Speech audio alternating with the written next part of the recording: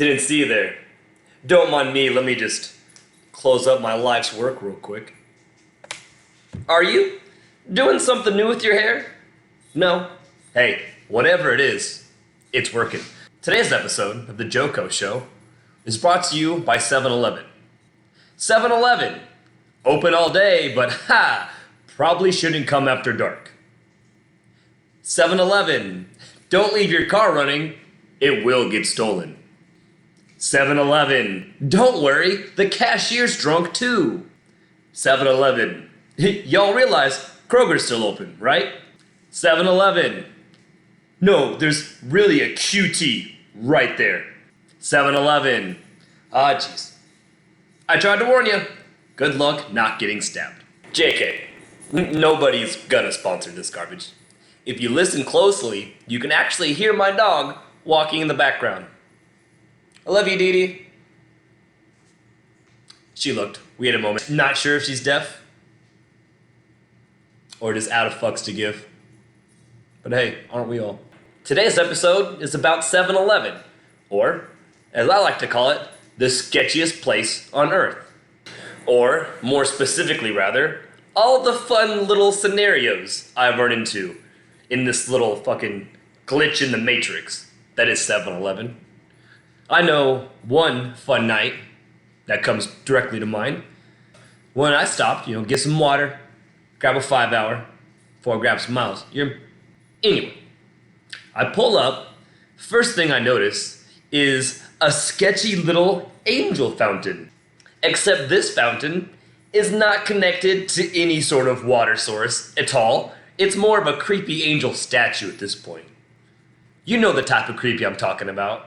Like the stuff that your grandma gets that's supposed to be cute, but it's actually like super creepy. And then she has that stuff just all over their farmhouse. So when you're a child and trying to walk to the bathroom at night, you are so scared. Oh, just me? Just one very specific reference? Anyway, I still think you know what I'm talking about. But not only that, it looked like it had never been used, like pulled straight from like Silent Hill or some sketchy horror movie. Like, I'm pretty sure it was like crying blood as I walked by and like speaking in tongues. Just, Joseph, come here. Oh no, that's fucking, ugh. So yeah, that's the first thing I noticed. Then I look to my left, see a man eating pasta. No, not just that. A man sitting in the parking lot, devouring some pasta out of a styrofoam container. Now, I don't know if this man was on drugs, because I clearly did not interact with him. I lied. I do know he was on drugs, because if you were eating pasta out of a styrofoam container in a 7-Eleven parking lot at 1 o'clock in the morning, you're on drugs.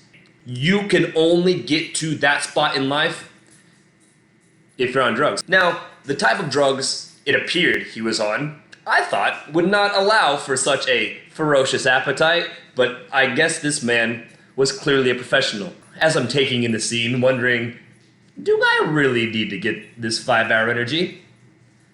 A fun little interaction unfolds. Pasta guy is like sitting on the curb, but pretty much taking up his own parking spot. So somebody parks next to him, gets out, begins to walk to the door. Pasta guy looks up from his noodles, like shit dangling out of his mouth. Aye, Judas, get out of that car. This man, which has a look of, what the fuck is happening? Who is this pasta character I'm talking to? Just says, nah, man. Pasta guy, not even fazed. All right then, back to it. Now keep in mind, that man had literally gotten out of the car right next to Pasta Man. But hey, I guess Pasta Man is a trustworthy individual. Or, like I said a second ago, drugs. I probably should have just left here. Called it a night and been like, I don't know what creepy, crawly, twilight zone of an area I'm in. Maybe just cut my losses. Maybe try to find, a shell station, if that's any better. But no, I'm Joe. That rhymed. I went for it. I grab my water, grab my 5-hour, maybe some snacks. Sounds like a thing I would do. Want to get in line. And a man with some of the strangest proportions I had ever seen approaches me. Not only that, he stands way too close to me. Like I turn around and it's just like his torso. And I'm like, what the fuck? Now, this man had like the longest arms and legs and a teeny tiny little torso. He was built like a daddy long legs. To his credit, I don't think he was trying to be intimidating. I don't think he really noticed me. Once again, I think he was on drugs. Didn't talk to him, but dude was standing like a starfish. Sour Skittles in one hand, Diet Mountain Dew in the other. Now I knew this slender man looking fuck had to be high, cause nobody in their right mind drinks Diet Mountain Dew. Do you just not like yourself? Get that shit out of here. So yeah, I leave. And I have never been back to that 7-Eleven since. However, maybe despite my better judgment, I continue to find 7-Elevens. Primarily because I hate the lady at Walmart who always has to check my receipt. It's like, bro, you just watch me buy this food. Like, right next to you. I don't care if you have a lanyard. You're impressing nobody. Sir, I need to see your receipt. I have a cart full of ramen and frozen pizza. Like, what master caper do you think I'm trying to... Oh, yeah, I have a PS4 hidden underneath. Get out of town. And like I said, you just watch me. But yeah, as you can tell, I am irrationally angry about that. So I just avoid Walmart. But I kind of think I got this 7-Eleven thing down. When it comes to deal with panhandlers, beggars, creatures of the night, there are certain rules to follow. Or maybe more suggestions. Number 1, headphones. Fuck, that kind of hurt. I poked myself right in the ear. Anyway, headphones. Now, it gives you plausible deniability. Maybe you didn't hear what that man said because you got your tunes on. Now me, I pretty much always have my headphones in. Rarely am I actually listening to something. It's more just so people don't talk to me. However, some will try. And they're good at it too. I mean, hey, this is their life's work, bugging people for a few dollars at a time. They hit you with I get the, sir, or pardon me. Things that would usually make you go, huh? You gotta be stronger than that. You gotta be stronger. Me, I've mastered the no flinch. Pardon me, sir. Just deadpan. Nope, not here, not today, not now. Second, always a good thing, look crazy. No one wants to deal with a crazy person, ever. Making your crazy face is sort of like doing a reverse Patronus. Yeah, I Harry Pottered as a kid as well. So like I said, the opposite. So to cast a good Patronus, you gotta have a happy thought. Now to make a good crazy face, you gotta have angry thoughts. I don't know if there's like some traumatic experiences from your childhood you can call upon. Maybe some mommy issues, maybe some daddy issues, maybe a little of both. Anyway, tap into that, embrace it, let it flow through you. First step for the crazy face is the tilt.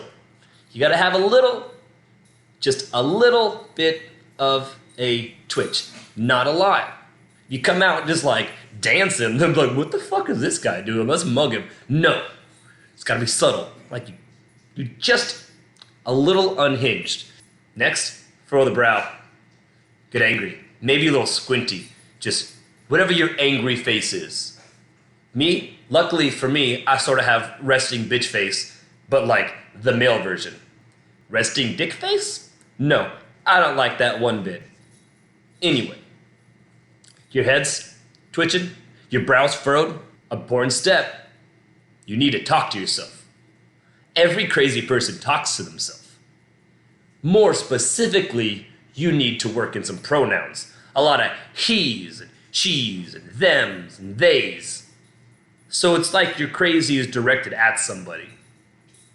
Then sprinkle a few cuss words in. Whatever you think is a crazy phrase, just motherfucker. That guy said, I'll show. Something weird. I don't want to get too deep into that because it's already getting weird and I'm uncomfortable as it is. Just from life. Well, that's enough of me trying to do my crazy face. Like I said, I'm ready for these guys. Sure enough, went to my new 7-Eleven, which is just slightly less sketchy than old Bleeding Angel Eyes 7-Eleven. And more importantly, it's the evil I know. I feel like I can handle it. So yeah, I pull in, and that's when I see them all start to assemble. Beggars. Beggars everywhere. So I threw up my crazy face with my tilt, started muttering, and I came at them hot. That's when I see all of them just go, what the fuck? No. Anyway, abort. Just, shit. Nailed it. Crazy face works. Now I'm getting my cold beer and snacks, which is usually what I'm buying at any store, to be honest with you. However, got a little cocky. One time, hey wiener dog. Guess DeeDee's gonna join us for a second. So I step out of my car, crazy face engaged.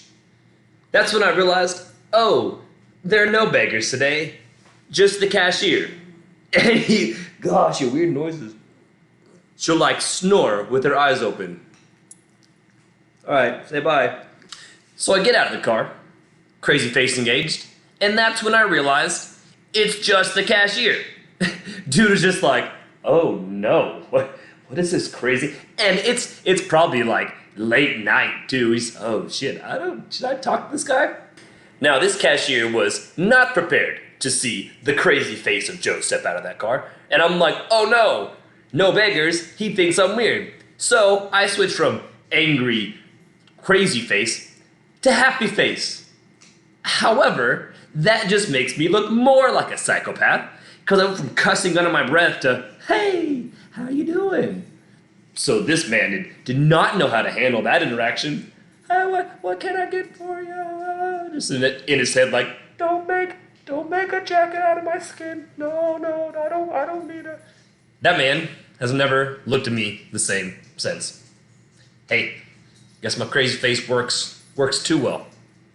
Actually, I know my crazy face works way too well.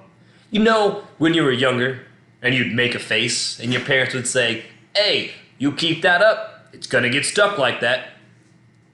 Your face, that is. Don't make it weird. Anyway, kind of thing had happened to me. Like I alluded to my resting dick face. I don't care. We're still gonna call it that. I went to a different 7-Eleven this time.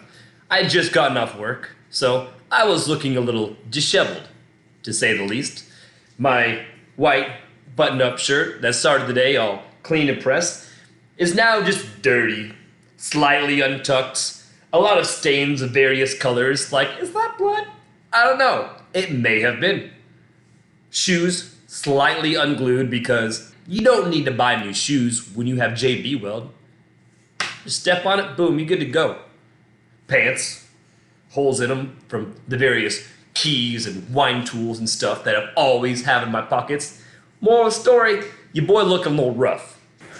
Okay, cool. So now you have an idea what I look like. Stop, park on the very end, because that was the first spot open, and it's gonna play an important role in the story. So yeah, get my snacks, get my cold beer, get my gas, go to start my car, didn't happen. I got a little that's it. Well, not a big deal. I'm really good at talking to strangers. And I have cables, every tool you need in my car, so I can just ask somebody for help. Not a big deal, or so I thought. Now the closest person was the lady getting the gas. I'll paint the picture for you. Tennis visor on, big SUV, wearing like maybe workout clothes. Maybe that's how she just wants to dress athletic. Wiener dog's trying to make another appearance, but I'm gonna push her away. I love you being laying in your bed. So you see the lady. I see the lady, rather. That'd be weird if you saw her too. And I say, pardon me, ma'am. And she responds with, "Ah!" I'm like, no, I'm sorry. I just need to jump from my, "Ah! Ah!" Like, no, I just need to jump my car real quick. But, of course, you can't see my car because it's at the very end. No, I'm on the phone with my husband. I'm about to go pick up my daughter. And that's when I realized I look like the guy your parents warn you about at night. Thick, disheveled beard. Maybe he's homeless, maybe not. Either way, looks kind of pissed off and dirty. And that's why I just said, sorry, you're right, I'm sorry, I'm scary looking, I apologize, and walked away. So, I walked back into QT. At this point, I had already been inside to buy things, buy gas. So, I'm established as a real person. And I see a man in scrubs. I would say he's around 6 feet tall, 200 something pounds. Not a huge man, but bigger than me. I'm not a very large person. However, I maxed my stats out on Crazy Face, apparently. Same deal. Pardon me, sir. I'm wondering if you could just give me a jump real quick. Now, this time, my car is blocked by all the bullshit 7-Eleven tries to sell you. All their fidget spinners, buzz balls. I'm just like, gotta be kidding me. Literally looks like I'm lying again. And the guy is just like, no, I can't do that. And I'm like, no, it's cool. I have the jumper cables, I have tools, right down. No, I can't. Like, no, it's fine. I can do it. I know how to do it. All I need you to do is just pull up. I can't. And that's when I realized he's just not trying to help. And that pissed me off. All I needed was a jump. So I get in my car, go drink my cold beer on my hammock. Life be good. Now that's when my redneck savior came out. Now, I'm going to describe who I have come to just refer to as Redneck Jesus. Because we have all met this man before. About 6'3", big old boy. Has a glass eye, probably from a rodeo accident. Wearing a flannel cut-off t-shirt. Maybe has a barbed wire or a tribal tattoo. Name on his belt buckle. Circle in his back pocket from his can of dip. Cowboy boots on. He said, yeah, man, I'll help, buddy. Let me get this swing right over. I'm like, all right. And you know exactly what he pulls up in. Giant, lifted truck, covered in mud. Probably a Confederate flag on the back. Gives me a jump. Disappears into the night. If you're watching, thank you, Redneck Jesus. And yeehaw. Now, what I want to talk about next is my second favorite interaction, at least with a beggar, maybe ever. So I'm back to my local QT. You know, the one where the cashier thinks I'm a psychopath. Getting some gas, minding my business, staying very strict to the no eye contact rule, looking straight forward across the street, doing my thing. When out of my peripherals, I see a man glide out of the darkness, just... No, my first thought is, what the fuck? Because it wasn't just any man. No, he was gliding because he was in a wheelchair. He had no legs. Now, I don't mean to make fun of a man with no legs. I just want to make sure we're on the same page of the man I'm seeing right now. But I'm not reacting. No. My game is stronger than that. So he hits me with traditional, sir. Excuse me, sir. Pardon me. Young man. I'm not responding. Clearly, weirdo. Here is when he starts to get pissed off. Sir, pardon me. Motherfucker, I know you hear me, you little bitch. Hey, my man. Fucker, I know you hear me. Look at me, bitch. Sir, Pardon me. Now, as the theme with the people I run into, I can't confirm this man was on drugs. But if you're ever in a spot where you're in a wheelchair, rolling around a 7-Eleven parking lot at night, and you're letting both sides of your crazy split personality come out, you're on drugs. Also, I know this man was crazy. I know he was on drugs. Because let's just think about the thought process. There are a couple options here. One, I can hear him, and I am ignoring him. In which case, I can clearly hear him threatening me and angrily swearing at me for not talking to him. Now there's the second option. He doesn't think I can hear him, hence his angry swearing at me, in which case, why would you be mad at a man for not responding because he can't hear you? Hey, like I said, you don't just end up in that spot right there. So yeah, that was my second favorite interaction. My all-time favorite happens at the same 7-Eleven that I scared everybody when I was trying to get a jump. Now, I'm in a similar position.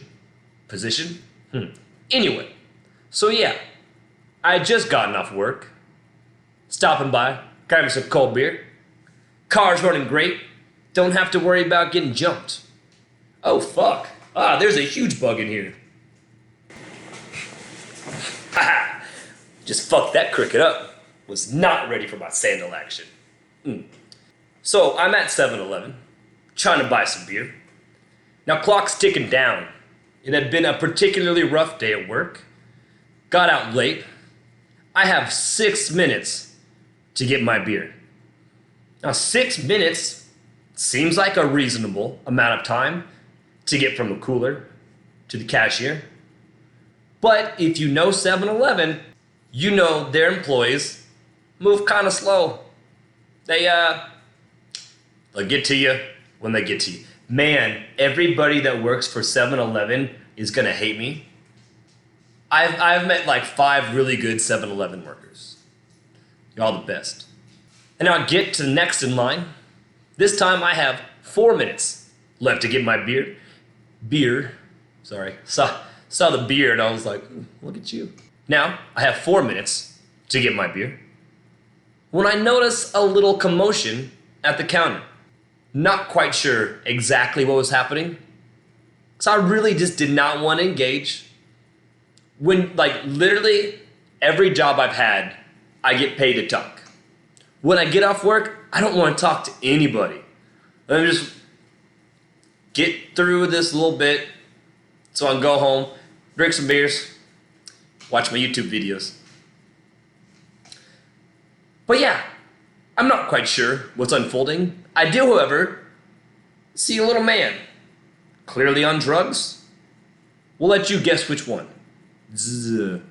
So yeah, I see a little man, clearly on drugs, and he's going on some sort of rant about how there aren't any real men in the world. He's a real man, the cashier's a real man. And it was like a jumbled bit of like, dude was talking in scribbles with like just a few homophobic like slurs and remarks thrown in near and just, I don't know, general hatred. Now at this point, I'm legitimately getting angry because dude is taking away my beer time. One thing I do often. So my spine is sort of made out of popcorn. I crack my neck a lot. Sometimes I do it subconsciously when there's a threat or I'm feeling athletic. So yeah, that's what happened. I cracked my neck.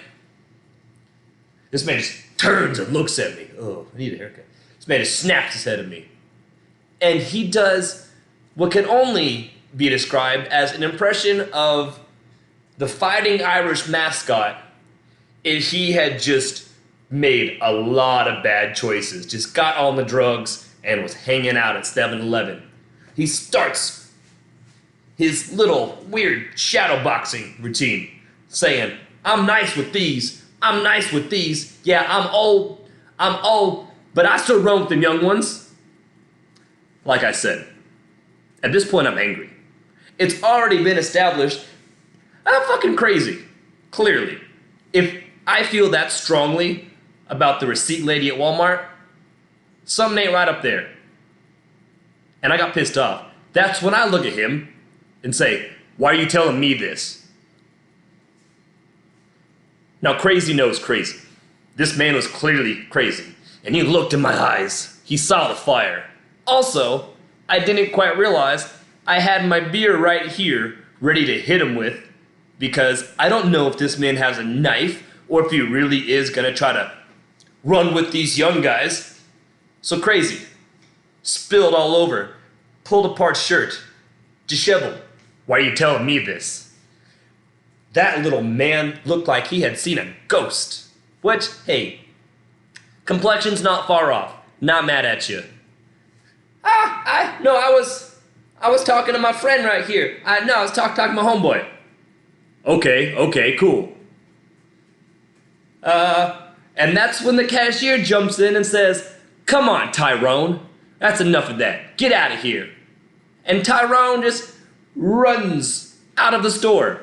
I don't even think he was buying anything. Just talking to that man. And no, I did not make up the fact his name was Tyrone.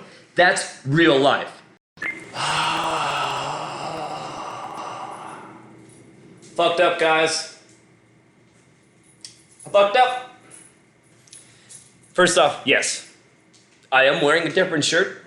4, it is a different day, because turns out it's kind of hard editing all this bullshit that comes out of my mouth into a reasonably sized video. Also, turns out I clear my throat a lot. That was a joke. Anyway, to the fuck up. So I get off work, man, trying to finish, not just man, dude more specifically, gender neutral. Bro's also gender neutral as well, in case you're wondering. I decided it. Anyway, get off work and grab me a 5-hour, some bottled water. I'm gonna finish this video up. Well, there's a gas station next to my house that just sort of decides when it wants to close. So I pull up. Cool. Bars on all the windows already. Awesome. I realize, man, I can't get to Walgreens in time. It'll be closed by the time I get there. That's when I realize, gotta go back to shitty 7-Eleven. Not that there's like a good option in terms of the old number that adds 18 store, but you know the one I'm talking about. Creepy angel fountain statue at front. A man built like a daddy long legs being way too close. But you know what? Sometimes you gotta play like a champion. I got this. 7-Eleven, I'm not scared of you. Well, I think I was there for a total of like 7 minutes at the very most. And it was the sketchiest 7 minutes of my life. First up, pull in the parking lot. Out of my peripherals, I notice a lady with a stroller and a toddler. Maybe the stroller and toddler go together, I'm not sure. Sitting at a picnic table in the complete dark in the 7-Eleven parking lot. Well, that's fucking weird, but hey, not my chair, not my problem. That's what I say. Park. Say what's up to the old creepy angel statue. Hey Joseph, welcome back. Stop that statue. When I see a lady burst out of the door, clearly on drugs. How do I know she was on drugs? Well, first off, her face, bro, gosh. Also, she was barefoot. I spilled a little. Barefoot in and around a 7-Eleven and its parking lot. Yeah, those are gross feet right there. I'm like, okay, well, she has somewhere to be in a hurry, I guess. So I get out of my car. I hear picnic table lady yelling at me. Sir. Now this lady, nope. This bitch. Now, I don't throw the B word around too often. However, if you commit an act of bitchery, you are a bitch. The act of bitchery in question: yelling at a man from a picnic table in a 7-Eleven parking lot at 1:45 p.m. and getting angry at him for not responding. You are a bitch. But hey, you know, as we talked about this, I'm damn good at not responding to people. So yeah, stone face. In it to win it. Well, I stepped up on the curb. One of them got me. This man got me. Dude just pops out from around the ice machine. Hey, sir, you got a cigarette? Fuck. He got me. He got me. I engaged. With a quickle? I like that. With a quickle. Just said, nope. Into the store. Cool. Hey, now that being said, once I was in the store, the cashier was a very lovely gentleman. So hey, you got that. Anyway, I got what I came for. Time for me to get out. Walk out of the parking lot. Here comes crackhead barefoot lady back into the store. I was like, oh shit, my bad. Do what you gotta do. I don't know. And then, one of my favorite stereotype drivers, loud Harley guy pulls in. But no, he's like the super version, like the boss version of him. Because this is loud Harley guy playing shitty music that the whole parking lot can hear. I'm just like, oh my gosh, I hate everybody in this parking lot. But, you know, it ended up working out because this was a lot better ending than I had planned because I had no real ending plan. So, on that note, I love you. Bye. Damn. Yeah, I missed the stop button.